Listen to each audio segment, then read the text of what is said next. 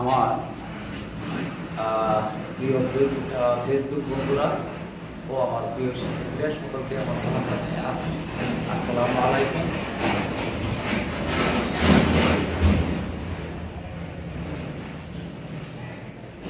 আমি সাইফুল ইসলাম, প্রিয় honours MA in English, Chittagong বিশ্ববিদ্যালয়, এবং আমি বর্তমানে কুমিল্লার অধ্যাপক আব্দুল মজিদ কলেজের ইংরেজি প্রভাষক হিসেবে কাজ করতেছি।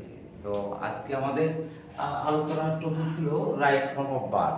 তবে হ্যাঁ, রাইট ফর্ম অফ ভার্ব নিয়ে আলোচনা করবো, ঠিক আছে, কিন্তু রাইট ফর্ম অফ ভার্ব যারা ঠিক আছে জানার আগে আমাদের যে বিষয়টা নিশ্চিত করে জানতে হবে সেটা হলো টেন্স। তো আমরা যদি টেন্স না বুঝি তাহলে কিন্তু আমাদের রাইট ফর্ম অফ ভার্ব আর বোঝা হবে না। তো হালকা করে হলেও মানে সংক্ষেপে হলেও 7 থেকে 8টা টেন্স আমাদের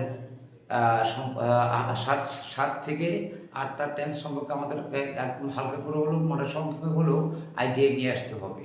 তো চলেন, তো আজকে আমরা প্রথমে যে টেন্সটা আলোচনা করবো সেটা হলো present indefinite tense. Present indefinite.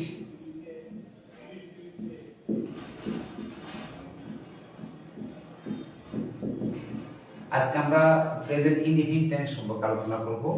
আর প্রেজেন্ট ইনডিফিনিট টেন্স সম্পর্কে আলোচনা করার আগে প্রেজেন্ট ইনডিফিনিট টেন্সের আগে টাক্সার আর কিছু কন্ডিশন এগুলো আগে আমরা দেখে যাই। যে প্রেজেন্ট ইনডিফিনিট টেন্সের মোট 4টা টাক্সার আছে। তো 4টা টাক্সার মধ্যে 2টা টাক্সার খুবই গুরুত্বপূর্ণ। তো তারপরে আমি 4টা টাক্সারে লিখে দিচ্ছি। যে টাক্সার নাম্বার 1 সেটা হলো মানে সাবজেক্ট। মানে সাবজেক্ট যদি থার্ড পারসন সিঙ্গুলার নাম্বার হয় আর কি। সাবজেক্ট যদি থার্ড পারসন, এখানে থার্ড পিতে থার্ড সাবজেক্ট যদি থার্ড পারসন, পিতে পারসন, এসতে সিঙ্গুলার, এতে নাম্বার। সাবজেক্ট যদি থার্ড পারসন সিঙ্গুলার নাম্বার হয় তাহলে সেক্ষেত্রে আমরা প্রথমে সাবজেক্ট প্লাস ভার্ব, ভার্বের সাথে এস বা ইএস প্লাস অবজেক্ট, অবজেক্ট অথবা কমপ্লিমেন্ট, অবজেক্ট অথবা কমপ্লিমেন্ট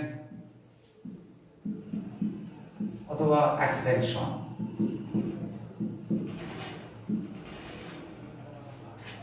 এক্সটেনশন এক্সটেনশন এটা হলো 1 নম্বর টাক্সার। আর 2 নম্বর টাক্সার হলো সাবজেক্ট যদি থার্ড পারসন সিঙ্গুলার নাম্বার না হয়, সাবজেক্ট যদি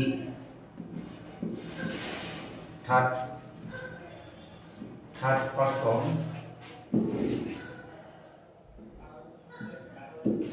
সিঙ্গুলার নাম্বার না হয় সেক্ষেত্রে মানে সাবজেক্ট যদি থার্ড পারসন সিঙ্গুলার নাম্বার না হয় plus verb plus verb plus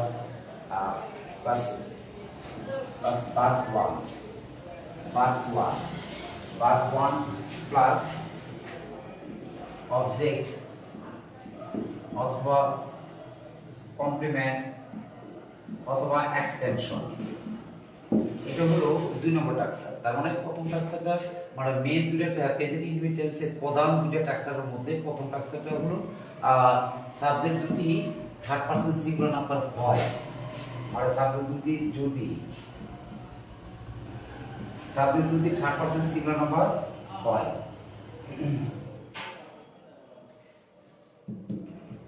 subject যদি থার্ড পারসন সিঙ্গুলার নাম্বার হয় তাহলে ভার্বের শেষে এস বাই ইএস যোগ করতে হবে প্লাস অবজেক্ট, তারপর অবজেক্ট অথবা কমপ্লিমেন্ট অথবা এক্সটেনশন। আর 2 নম্বর টাক্সারটা হলো সাবজেক্ট যদি থার্ড পারসন সিঙ্গুলার নাম্বার না হয়, তাহলে subject plus verb 1 plus object অথবা কমপ্লিমেন্ট প্লাস এক্সটেনশন। আর 3 নম্বর যে টাক্সারটা সাধারণ একটা টাক্সার হলো subject plus to be verb, subject plus to be বার প্লাস নাউন অথবা অ্যাডজেক্টিভ, নাউন অথবা অ্যাডজেক্টিভ। আর 3 নম্বর টাক্সারটা হলো 4 নম্বর টাক্সারটা হলো subject plus to have verb. To have verb বলতে গেলে হ্যাভ বা হ্যাজ প্লাস নাউন এটা হলো 3 আর 4 নম্বরটা তেমনটা যদিও ততটা গুরুত্বপূর্ণ না, তবে এটাও 3 নম্বরটাও প্রেজেন্ট ইনডিফিনিট টাক্সার, 4 নম্বরটাও প্রেজেন্ট ইনডিফিনিট টেন্সেরই টাক্সার। আর সবচেয়ে গুরুত্বপূর্ণ যে দুটো টাক্সার হলো সেটা হলো এই দুটো টাক্সার, মানে টাক্সার 1 এবং টাক্সার 2। এই দুটো হচ্ছে প্রেজেন্ট ইনডিফিনিট টেন্সের সবচেয়ে গুরুত্বপূর্ণ টাক্সার। আচ্ছা যাই হোক, এটা হলো টাক্সারের ব্যাপারটা হলো, মানে গঠনের ব্যাপারটা নিয়ে। এখন আসি আমরা কন্ডিশন, মানে কি জিনিসগুলো থাকলে আমরা প্রেজেন্ট ইনডিফিনিট টেন্স হিসেবে, মানে কোন বিষয়গুলো বাক্যে কোন বিষয়গুলো থাকলে যে বলবো এটা আমরা প্রেজেন্ট ইনডিফিনিট টেন্স, সেটা একটা জানতে চাইব। সেটা হলো যে কন্ডিশন নাম্বার 1, বাক্যে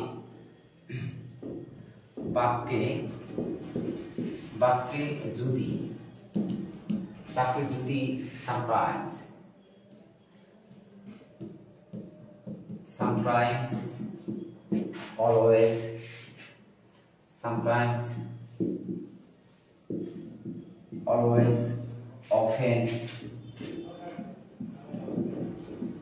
sometimes always often তারপরে generally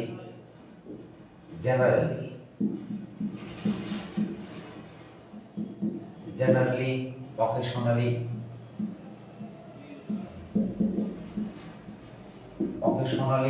usually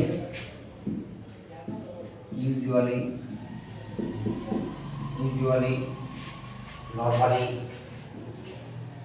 occasionally,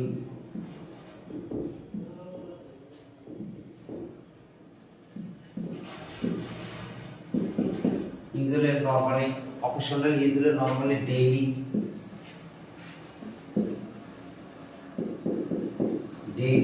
regularly,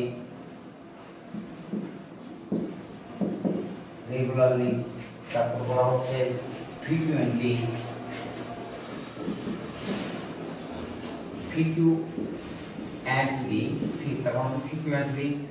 তারপরে হচ্ছে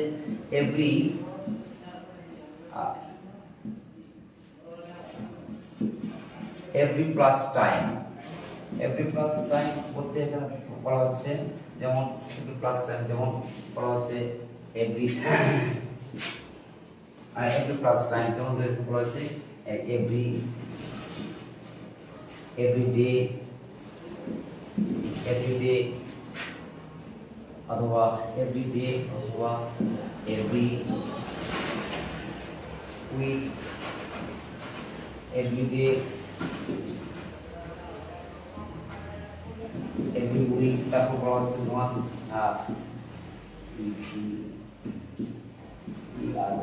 every day, every week, তারপর বলছে every month,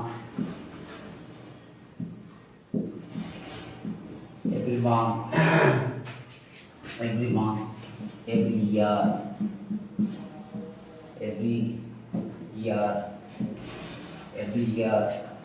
তারপরে বলা হচ্ছে যে every decade, মানে দশক, মানে 10 বছরের একটা সমষ্টিকে একসাথে বলা হয়, সেটাকে মানে 10 বছরের একটা সময়কে বলা হয় ডিকেড। আবার তারপর হচ্ছে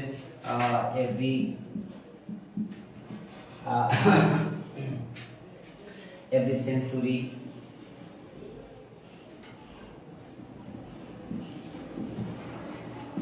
etc.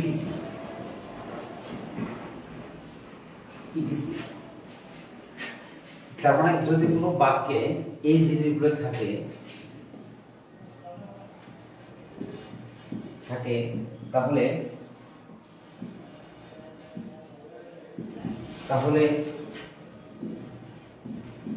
বাক্যটি অবশ্যই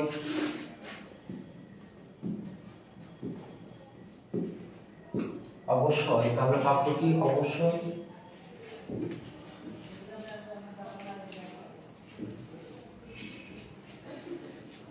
অবশ্যই প্রেজেন্ট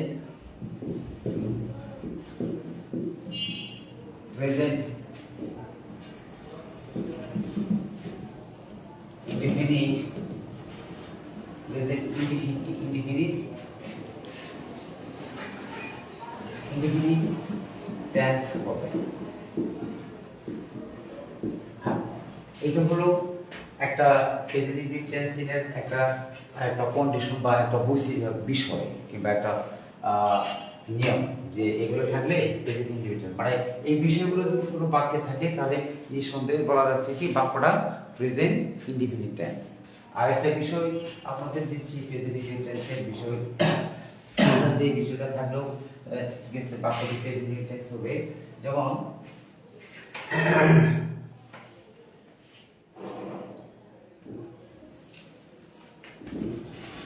যেমন স্থায়ী,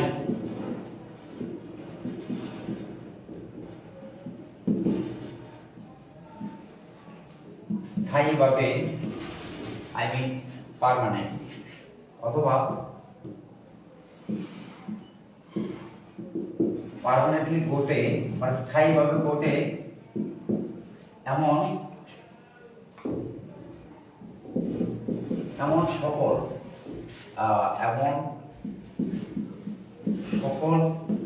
ঘটনাই হচ্ছে প্রেজেন্ট ইনডিফিনিট টেন্স, বা এমন সকল বিষয় বা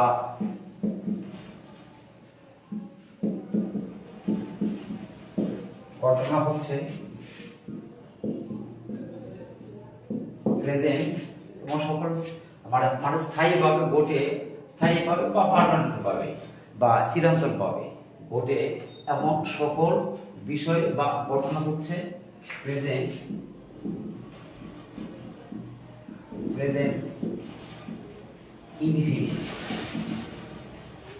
ইনডিফিনিট টেন্স। হ্যাঁ, তো বিষয়টা এখন আপনার ঘটে এমন সকল, তার মানে স্থায়ীভাবে ঘটে মানে চিরন্তনভাবে ঘটে কিংবা পার্মানেন্ট ভাবে ঘটে এমন সকল বিষয় বা ঘটনাই হচ্ছে প্রেজেন্ট ইনডিফিনিট টেন্স। তো ব্যাপারটা আসি আমরা একটু পরবর্তীতে আসতেছি। এখন আমরা প্রেজেন্ট ইনডিফিনিট টেন্সের কাছে যাই, মূল প্রেজেন্ট ইনডিফিনিট টেন্সের কাছে যাই, যে প্রেজেন্ট। যাই হোক, এখন আমরা প্রেজেন্ট ইনডিফিনিট টেন্সের বিস্তারিত আলোচনায় আসতেছি। সেটা হলো কি, যে দেখেন যে প্রেজেন্ট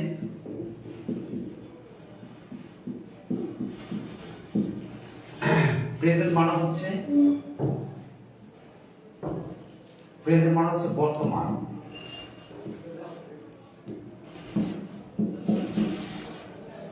আর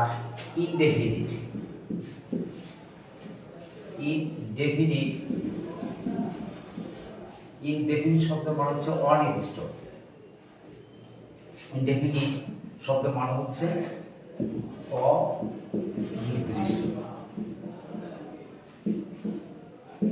অনির্দিষ্ট। তার মানে আমরা যদি প্রেজেন্ট ইনডিফিনিট টেন্সের ক্রাইটেরিয়া অ্যানালাইসিস করি, তাহলে সেখান থেকে আমরা পাচ্ছি প্রেজেন্ট মানে বর্তমান আর ইনডিফিনিট মানে হচ্ছে অনির্দিষ্ট। সুতরাং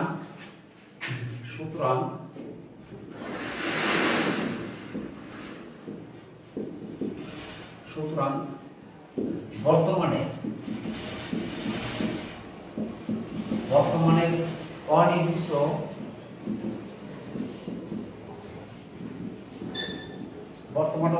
সময়ে কোনো কাজ হয়,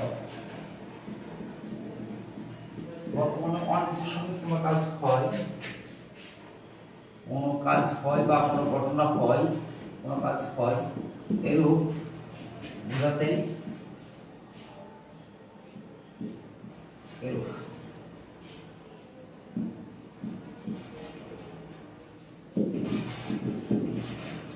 এরূপ বুঝালে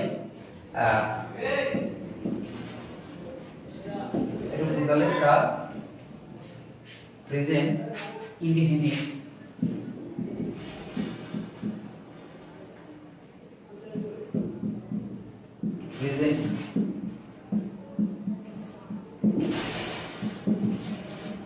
ইনডিফিনিট টেন্স হয়। তার মানে বর্তমানে অনির্দিষ্ট সময়ে কোনো কাজ হয় বা বর্তমানে অনির্দিষ্ট সময়ে কোনো ঘটনা ঘটে এরকম বোঝালে তা অবশ্যই কি হবে, প্রেজেন্ট ইনডিফিনিট টেন্স হবে। এটি হলো প্রেজেন্ট। আমরা টাইটেল থেকে অ্যানালাইসিস করে এইটুকু পাইছি। তার মানে প্রেজেন্ট মানে বর্তমান আর ইনডিফিনিট মানে হচ্ছে অনির্দিষ্ট। তাহলে সুতরাং বর্তমানে অনির্দিষ্ট সময়ে কোনো কাজ হয় এরকম বোঝালে তা প্রেজেন্ট ইনডিফিনিট টেন্স হয়। এরকম তা প্রেজেন্ট ইনডিফিনিট টেন্স হয়। সুতরাং আমরা এখন দেখি বিষয়টা উদাহরণের মাধ্যমে দেখি বিষয়টা কিরকম হয়। এখন দেখি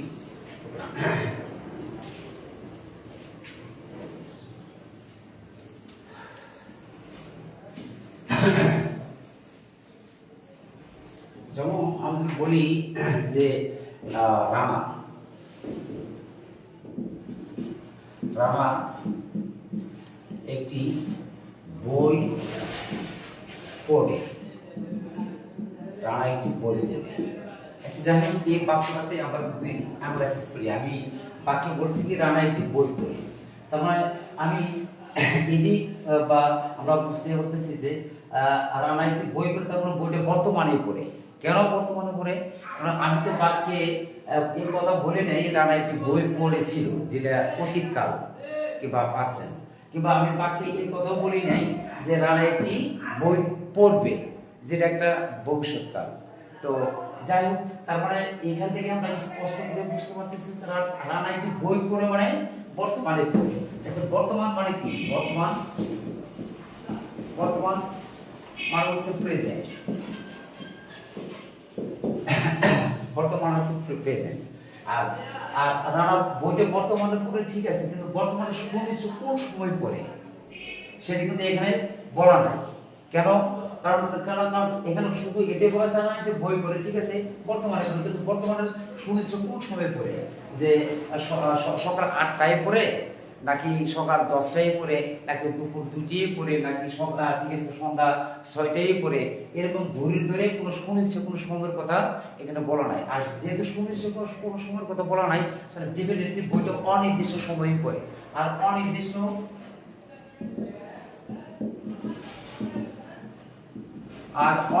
শব্দের মানে হচ্ছে ইনডেফিনিট। সুতরাং আমরা এই যে বাক্যটা যে অ্যানালাইসিস করলাম, এই বাক্য অ্যানালাইসিসের মাধ্যমে আমরা স্পষ্ট করে বুঝতে পারতেছি বাক্যটি রানা একটি বই পড়ে সেটা একটি প্রেজেন্ট ইনডিফিনিট টেন্স। আর প্রেজেন্ট ইনডিফিনিট টেন্সের যে বিষয়টা এখন আমরা দেখি, যে প্রেজেন্ট ইনডিফিনিট টেন্সের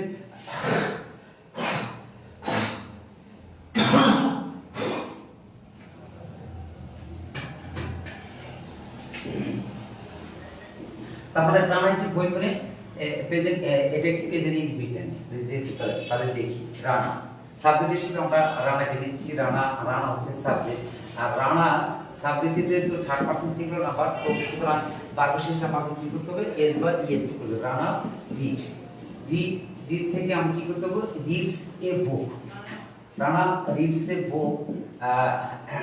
এখানে আমি রিড ভার্বের সাথে বুক, ঠিক আছে, এ যোগ করলাম। এই কারণে প্রথমত বাক্যটি প্রেজেন্ট ইনডিফিনিট টেন্স, এটা একটা বিষয়। আর দ্বিতীয় বিষয় হলো যে প্রেজেন্ট ইনডিফিনিট টেন্স আর সাবজেক্টিভ হচ্ছে থার্ড পারসন সিঙ্গুলার নাম্বার। আমরা জানি যে বাক্য যদি প্রেজেন্ট ইনডিফিনিট টেন্স হয় এবং সাবজেক্ট যদি থার্ড পারসন সিঙ্গুলার নাম্বার হয়, তাহলে নিঃসন্দেহে ওই বাক্যের ভার্বের শেষে এস বাই এস যোগ করতে হবে। তো সে অর্থে তাই হয়েছে এখানে। যাই হোক, আমরা এখন তাহলে দ্বিতীয় উদাহরণটা আমরা দেখি, যে দ্বিতীয় টাক্সারের দ্বিতীয় উদাহরণটা দেখি। যদি বলি যে তারা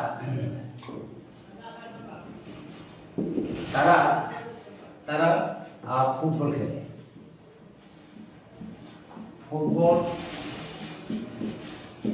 তারা ফুটবল খেলে। আচ্ছা, তারা সরি, এটা হচ্ছে টাক্সার নাম্বার 1। টাক্সার মানে এসটি টাক্সার, ঠিক আছে, টাক্সার নাম্বার 1 হচ্ছে প্রথম বাক্য হচ্ছে টাক্সার নাম্বার 1। টাক্সার নাম্বার, ঠিক আছে, টাক্সার নাম্বার 1 যেটা subject third person singular number হয়, বাক্য শেষে এস যোগ করতে হবে সেই ক্ষেত্রে। তো আমরা দ্বিতীয় বাক্যে যেটা পাচ্ছি, দ্বিতীয় বাক্যে বলা আছে কি তারা ফুটবল খেলে। আচ্ছা, তারা ফুটবল খেলে এই বাক্যটাও ডেফিনেটলি প্রেজেন্ট ইনডিফিনিট টেন্স, সেটাই বোঝা যাচ্ছে। কেন প্রেজেন্ট ইনডিফিনিট টেন্স? কারণ বাক্যে বলা আছে তারা ফুটবল খেলে। আচ্ছা, ফুটবল খেলে, ফুটবল তো বর্তমানে খেলে, কিন্তু এখানে তো এটা বলা নাই যে তারা ফুটবল খেলেছিল, যেটা একটা অতীতকাল। আর আমার বাক্যে এটাও বলা নাই যে তারা ফুটবল খেলবে, যেটা একটা ভবিষ্যৎকাল। তাহলে সুতরাং স্পষ্ট করে বোঝা যাচ্ছে যে তারা ফুটবল খেলে, ফুটবল খেলে, তার মানে বর্তমানে খেলে। আর বর্তমান মানে কি? বর্তমান মানে তো হচ্ছে, আমরা তো জানি যে বর্তমান মানে প্রেজেন্ট, বর্তমান মানে হচ্ছে প্রেজেন্ট। আর ফুটবল বর্তমানে খেলে ঠিক আছে, কিন্তু বর্তমানে সময় কোন সময় খেলে সেটা কিন্তু বলা নাই। কারণ বাক্যে বলা নাই যে তারা বিকেল 5টায় ফুটবল খেলে, কিংবা বিকেল 4টায় ফুটবল খেলে, কিংবা সকাল 8টায় ফুটবল খেলে, এরকম করবে। ঘড়ির টাইম সুনিশ্চিত করে সময়ের কথা যেহেতু বলা নাই, তার মানে অনির্দিষ্ট সময় খেলে। বর্তমানে খেলে ঠিক আছে, কিন্তু বর্তমানে কোন সময় খেলে সেটা কিন্তু বোঝা যাচ্ছে না। আর সেটা যদি বোঝা যাচ্ছে, তার মানে অবশ্যই এটা অনির্দিষ্ট সময় তারা ফুটবলটা খেলে। আর অনির্দিষ্ট মানে অনির্দিষ্ট শব্দের মানে হচ্ছে, অনির্দিষ্ট মানে হচ্ছে ইনডেফিনিট। সুতরাং বাক্যটা হচ্ছে প্রেজেন্ট ইনডেফিনিট টেন্স। যেদিকেই মানে বাক্যটাকে যেভাবে যেদিক দিয়ে বিশ্লেষণ করা হোক না, বাক্যটা প্রেজেন্ট ইনডেফিনিট টেন্স হয়ে গেছে, কিংবা প্রেজেন্ট ইনডেফিনিট টেন্সই হবে, এটাই স্বাভাবিক। তাহলে আমরা বাক্যটাকে এবার আমরা দেখি, ট্রান্সলেট করি, ইংলিশে ট্রান্সলেট করি। সাবজেক্ট হিসেবে আমরা কাকে কাকে কাকে পাচ্ছি? সাবজেক্ট কাকে সাবজেক্ট তারা, তারা দে হচ্ছে সাবজেক্ট হিসেবে দে হচ্ছে থার্ড পারসন প্লুরাল নাম্বার। আর সাবজেক্ট যেহেতু থার্ড পারসন প্লুরাল নাম্বার, আমরা জানি যে বাক্য যদি প্রেজেন্ট ইনডিফিনিট টেন্সে থাকে এবং সাবজেক্ট যদি থার্ড পারসন প্লুরাল নাম্বার হয়, তাহলে ভার্বের সাথে এস বা ইএস যোগ করা যাবে না। আই মিন সেটা হবে ভার্বের প্রেজেন্ট ফর্ম। আর ঠিক আছে, সেটা ভার্বের প্রেজেন্ট ফর্ম অথবা ভার্বের যে বি ওয়ান ফর্ম। তাহলে অবশ্যই আমরা দেখব দে প্লে ফুটবল। এই হলো বিষয়, যে এখান থেকে আমরা এই বিষয়গুলো আমরা অ্যানালাইসিস করি, যে এভাবে যদি আমরা অ্যানালাইসিস করে, টাইটেল অ্যানালাইসিস করে, বাক্যটাকে দেখে বুঝে শুনে আমরা একটু বিবেচনা করি, কিংবা ভাষা বিষয়টাকে আরো গভীরে যাই, তাহলে আরো সুন্দর করে আমরা ঠিক আছে একটা বাক্য দেখেই বুঝতে পারবো যে আমরা এটা কোন টেন্স। কথা শেষ হলো, আমরা যদি একটা বাক্য একটু গভীরে চিন্তা করি যে আসলে এটা কোন, ঠিক আছে গভীর চিন্তা করি, তাহলে আমাদের ওই বাক্যটা কোন টেন্সে আছে। একটা বাক্য যদি এক কথায় শেষ, একটা বাক্য যদি আমরা একটু খুব ভালো করে চিন্তা করি, তাহলে আমরা অবশ্যই বাক্যটা কোন টেন্সে আছে এবং সেটা আমরা ধরে ফেলতে পারবো যে বাক্যটা প্রেজেন্ট ইনডিফিনিটে আছে নাকি প্রেজেন্ট কন্টিনিউয়াসে আছে। সেক্ষেত্রে আপনাকে টাইটেল অ্যানালাইসিস টাইটেল আরেকটা বিষয় এখানে আপনাদের টাইটেল অ্যানালাইসিস শিখতে হবে। প্রত্যেকটা বিষয়, শুধু টেন্স না, আপনি প্রত্যেকটা বিষয়ের যদি টাইটেল অ্যানালাইসিস করতে পারেন, তাহলে দেখবেন যে ওই ঠিক আছে ওই বিষয়টার ভিতরে যা আছে তার 50% আপনি বুঝে ফেলবেন টাইটেল, শুধুমাত্র টাইটেল অ্যানালাইসিস করি। যেমনটা এই প্রেজেন্ট ইনডিফিনিট আমরা দেখলাম, যে প্রেজেন্ট আমরা টাইটেল অ্যানালাইসিস করি কিন্তু আমরা অনেক কিছু এখানে শিখে ফেলতে পারতেছি কিংবা বুঝে ফেলতে পারতেছি। আচ্ছা, যাই হোক, তারপর একটা বিষয় বলছিলাম যে স্থায়ীভাবে ঘটে এমন সকল ঘটনায় প্রেজেন্ট ইনডিফিনিট টেন্স। যেমন সেটা যেমন করে আমি বলি যে পৃথিবী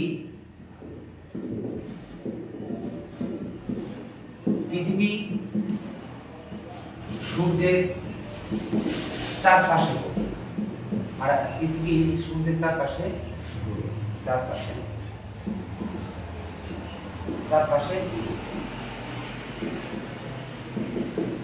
এটা এই ঘটনা কিন্তু এটা একটা স্থায়ী ঘটনা, কারণ ঠিক আছে পৃথিবী সূর্যের চারপাশে ঘুরে, এটা স্থায়ী, একদম বিজ্ঞানিক, ঠিক আছে বৈজ্ঞানিক ভাবে এই জিনিসগুলো প্রমাণিত, মানে চিরন্তন ভাবে প্রমাণিত, বৈজ্ঞানিক ভাবে যেভাবে প্রমাণিত। এই যে সত্য, এটা চিরন্তন সত্য, বাইরে স্থায়ী সত্য, বাইরে পার্মানেন্ট সত্য, যে পৃথিবী সূর্যের চারপাশে ঘুরে এটা। তাহলে বাক্যটা যে এরকম একটা বাক্য দেখেন, তাহলে বাক্যটা প্রেজেন্ট ইনডিফিনিট টেন্স হয়ে গেছে।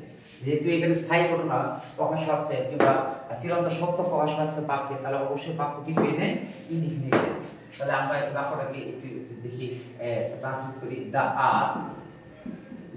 Earth moves. সাবজেক্ট যেহেতু থার্ড সাবজেক্ট, আর্থ হচ্ছে সাবজেক্ট, সাবজেক্ট যেহেতু থার্ড পারসন সিঙ্গুলার নাম্বার, অবশ্যই বাক্য শেষে এস বাই এস করতে হবে। The earth moves around the sun, এই হলো বিষয়।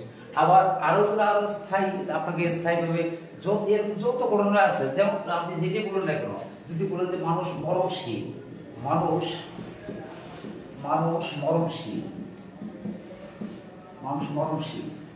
আচ্ছা, এটা কি কোনো অস্থায়ী ঘটনা কিংবা কিংবা কিংবা এটা কি কোনো মানে মিথ্যা ঘটনা? এটা একটা সত্য ঘটনা এবং স্থায়ী ঘটনা এবং পার্মানেন্ট ঘটনা। মানুষ মরণশীল, এর সত্য, এটা চিরন্তন সত্য। তাহলে বাক্যটা অবশ্যই কি? বাক্যটা অবশ্যই প্রেজেন্ট ইনডিফিনিট টেন্স। কেন বাক্যটা প্রেজেন্ট টেন্স? কারণ আমরা জানি যে বাক্যে চিরন্তন সত্য বা স্থায়ীভাবে ঘটে এমন কোনো বিষয় প্রকাশ পালে কিংবা বৈজ্ঞানিক কোনো বিষয়, ঠিক আছে, প্রকাশ পালে বাক্যটি কি হবে? প্রেজেন্ট ইনডিফিনিট টেন্স হবে। সেক্ষেত্রে ঠিক আছে, মানুষ মরণশীল, এটা একটা চিরন্তন সত্য কিংবা এটা স্থায়ী ঘটনা, সুতরাং এটা একটা প্রেজেন্ট ইনডিফিনিট টেন্স। তাহলে আমরা যদি বলি ম্যান,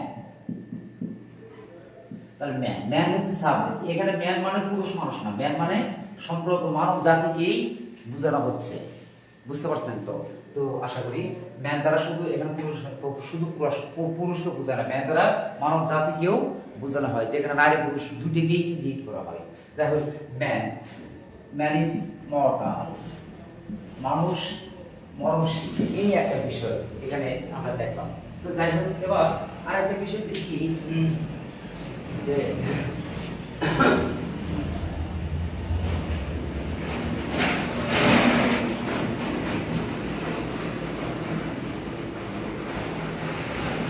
আরেকটা বিষয় দেখি, ওই যে একটা কথা বলছি বাক্য মানে আলোচনার শুরুর দিকে, যদি কোনো বাক্যে sometimes, always, often, generally, occasionally, usually, normally, daily এই বিষয়গুলো থাকে, তাহলে ওই বাক্যটা কি হবে? বাক্যটা হবে প্রেজেন্ট ইনডিফিনিট টেন্স। যেমন আমি বলি যে প্রত্যেক সে প্রত্যেক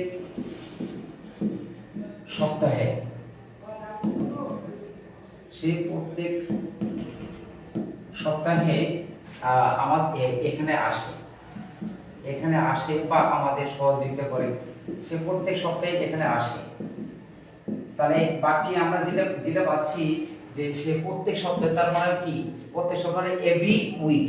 আমরা জানি যে বাক্যে এভরি প্লাস টাইম, যেটা আগে বলছিলাম, sometimes, always, often, generally, occasionally, usually, normally, daily, regularly, frequently. তারপরে বলা হচ্ছে every plus time. Every plus time বলে এভরি শব্দের পরে একটা সময় থাকবে। কিরকম সময়? যেমন এভরি ডে, এভরি এর পরে ডে একটা টাইম। তাহলে এভরি মান্থ, এভরি এর পরে মান্থ একটা টাইম। তারপরে every week, every year, every এর পরে ইয়ার একটা টাইম। কিংবা যদি বলি এভরি, ঠিক আছে, সানডে, এভরি মানডে, এগুলো একটা সবগুলোই একটা সময়, মানে এভরি এর পরে সময়, মানে এভরি প্লাস টাইম যদি থাকে, তাহলে বাক্যটাও অবশ্যই প্রেজেন্ট ইনডিফিনিট টেন্স হবে। কিংবা বাক্য যদি sometimes, always, often, generally, occasionally, usually, normally এগুলো থাকে, তাহলে বাক্যটা প্রেজেন্ট ইনডিফিনিট টেন্স হবে। তো সেক্ষেত্রে আমি এটা একটু বলি যে সাবজেক্ট হিসেবে আমরা কাকে পাচ্ছি এখানে? সে বলতে এখানে যে কোনো কারণে নারী পুরুষ যে কোনো একজনকে দেখা যায়। যাই হোক, আমি হি দিলাম, হি কাম, হি যেহেতু, ঠিক আছে, হি যেহেতু third person singular number, I mean subject হিসেবে আমরা পাইছি কাকে? সাবজেক্ট হিসেবে পাইছি থার্ড পারসন সিঙ্গুলার নাম্বার হিসেবে। তাহলে সুতরাং আমি আর বাক্য যেহেতু প্রেজেন্ট ইনডিফিনিট টেন্স আছে, সুতরাং আমি বাক্য শেষে এস দিয়ে যোগ করব। তাহলে হি কাম, এখানে হি কাম থেকে আমি কাম বাক্যের সাথে এস করে দিয়েছি। He comes here every week, এই যে বাক্যের শেষে কিংবা কোনো বাক্যের শেষে আপনি কি পাইছেন? যে এই যে এভরি প্লাস টাইম, এই সাইনটা পাইছেন। তো এই তাহলে এভরি প্লাস টাইম বাক্যটা সাইন পাইছেন, এটা দেখেও তো আপনি বুঝতে পারতেছেন বাক্যটা প্রেজেন্ট ইনডিফিনিট টেন্স। কিংবা আমি এখানে বোঝানোর স্বার্থে বাংলা লিখতেছি, কিন্তু ইংরেজি কোশ্চেনে তো আর এগুলো বাংলা লেখা থাকবে না, কোশ্চেনে থাকবে মূলত এরকম এই যে সামটাইমস, অলওয়েজ, অফেন এভাবে, ঠিক আছে। তারপরে কোশ্চেনে ইংলিশেই লেখা থাকবে বিষয়গুলো, কোশ্চেনে ইংলিশেই পেশ, তখন ওই বাক্যে কোন সাইনগুলো আছে, যে সামটাইমস আছে, অলওয়েজ আছে, জেনারেল আছে, অপারেশন ইউজুয়াল আছে, নরমাল আছে, ডেইলি আছে, তখন এগুলো দেখে বাক্যটা বুঝতে পারবে এটা প্রেজেন্ট ইনডিফিনিট। আর তখন সাবজেক্ট দেখতে হবে কি, আমার subject third person singular number, নাকি সাবজেক্ট কি থার্ড পারসন সিঙ্গুলার নাম্বার না, তখন আবার সেটার সাথে আবার মিলিয়ে বাক্যের সাথে এস বাই এস অথবা বাক ওয়ান যেটা বলা হচ্ছে বাক বেতন ফল। এই হলো আজকে আলোচনার বিষয়। তো সে পর্যন্ত সবাই ভালো থাকবেন, আল্লাহ হাফেজ।